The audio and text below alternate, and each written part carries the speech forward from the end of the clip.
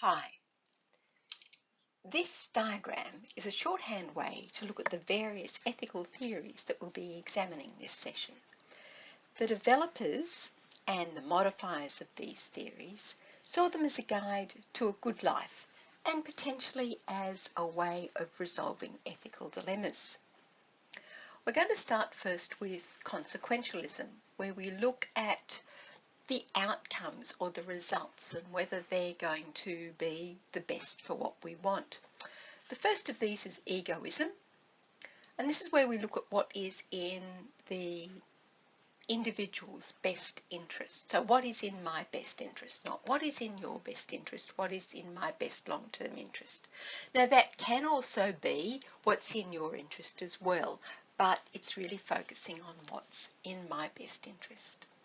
The next one is utilitarianism, and a lot of development was done on this by Jeremy Bentham, who lived in the 18th century.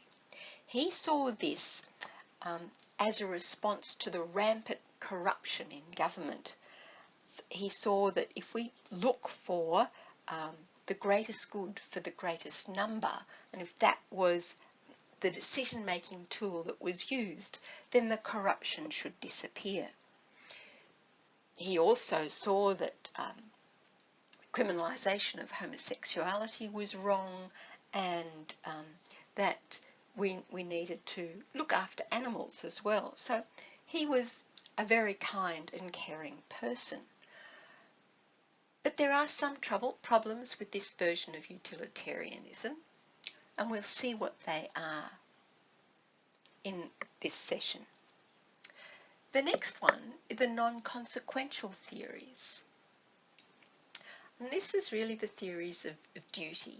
What is my duty to others? This was developed by Immanuel Kant, who was writing around about the same time as Bentham. Now, both of these people were writing in what we call the Age of Reason or the Age of Enlightenment. And during this time period, people thought that there was a theory that explained absolutely everything. And this is what these men thought, that these theories that they developed could explain everything. But as we'll see, there are problems with these theories. But there's some great things about them as well, and you should consider some of the thinking behind them, because it will help you in your ethical decision making and making a good life for yourself. With Kant, he had three issues that he was concerned about. The first of these is universal law, so that if there was something you saw as important, that is not lying, for example, then it had to be applied universally so that no one should lie ever. And obviously there are some problems with that, because we're all used to giving white lies to make things easier for some people. Next issue was means versus end, and that people should be treated as ends in themselves and not means to achieving something.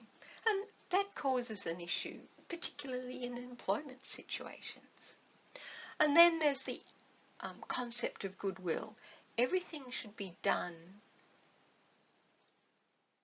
the basis of which is goodwill. The motivation should be goodwill. We're doing something because it's good. So that's Kant's non-consequentialist or deontology approach. And also you'll have looked at some other approaches which fit within this.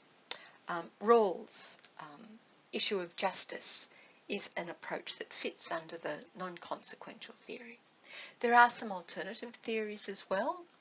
Aristotle in ancient Greece saw that developed what we now call virtue theory, where we look to see whether we're an exemplary person, and we try to model ourselves on what an exemplary person does. So there are virtues like courage and wisdom. They're some of the key virtues that Aristotle thought. But remember, Aristotle wrote in his own time as well, and so an exemplary person in Aristotle's time would have slaves, and we don't consider slavery as or being an owner of slaves as being an exemplary person. So we need to think about Aristotle's theories in terms of the context in which they were developed, just as we need to think about utilitarianism and Kant's duty in the terms of the context in which they were developed. And finally, we come to an ethic of care, which was developed by Gilligan as an approach to recognise what she saw as a female attitude to things. Am I showing care for others in my community? But this isn't just a female approach to things, approach to others. It's an approach that is adopted by both males and females.